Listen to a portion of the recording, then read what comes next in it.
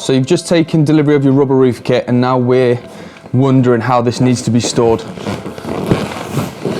So if the roof's going to be installed today or in the next few days, then leaving this wrapped up in a cool and dry place will be absolutely fine.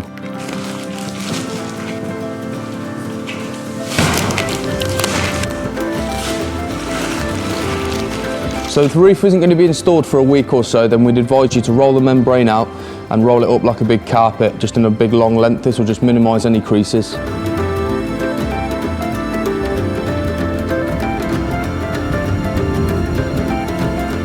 So if you are thinking about using this as a tarpaulin until you're ready to actually fit the membrane, you just need to remember to weight the membrane down.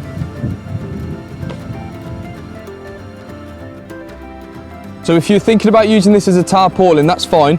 You just need to make sure that you weight the rubber down and ideally put some battens around the edge to stop the wind coming up underneath. Before you are ready to install, you just need to make sure that the boards and the rubber are dry as well, both top and the bottom. So with the adhesives, you want to keep these inside until you're ready to fit the roof.